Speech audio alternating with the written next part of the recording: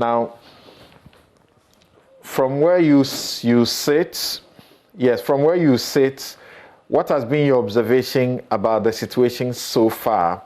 And what do you make of the explanations that we are getting from the state, so to speak, as in the operators and the minister? You know, they did a joint conference and a press release.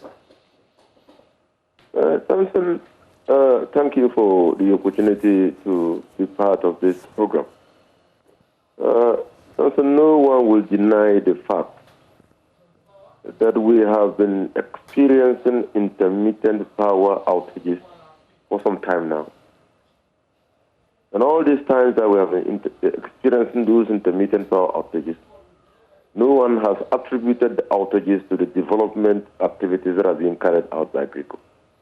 No one has ever said that.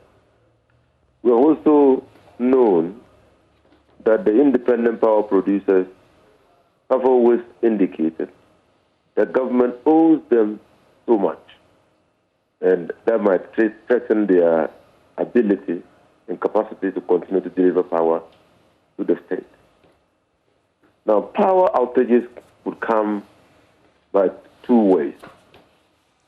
If there's a supply side constraint, that is, those who produce the power are not able to supply enough power for the country, then GRIDCo will transmit the power to the power distributors, and they would then distribute as and when the power is available. I mean, they will have to manage the supply side constraint.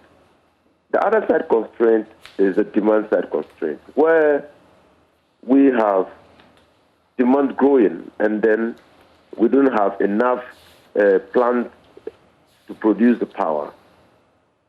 There you have to ration. It's just like water flowing through your tap. You have to ration the power to make sure that everybody gets a bit of that power that is not available.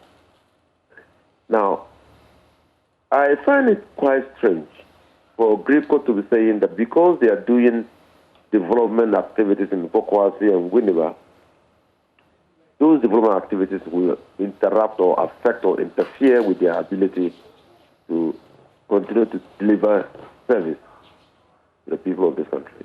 Because you see, when you are doing development activities, you are erecting new substations.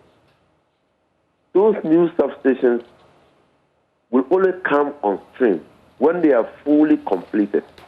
And then the existing lines are then transferred onto the new substation. That is when you can reasonably understand that because of the transfer of the power from the existing power stations or substations to the new substations, there will be interruption. And this normally might take 1 day, 1 week, or some number of days. Now, to say that because you are building a 33 kV line from Abuasi to Accra, and you are going to divert the line, so you are going to disconnect, it's a bit problematic for me. I mean, having worked at the Ministry of Energy for some time, it's quite problematic. Now, but GRIDCo's difficulties, and they ought to be forthcoming with the people of this country. When I worked at the Ministry of Energy as Deputy Minister in charge of power, GRIDCo was a very profitable establishment. That led the Agence Française de Développement to grant or to give GRIDCo a lot of facilities to be able to upgrade the network. And you've also heard that the Millennium Challenge account is supporting GRIDCo to build their substations.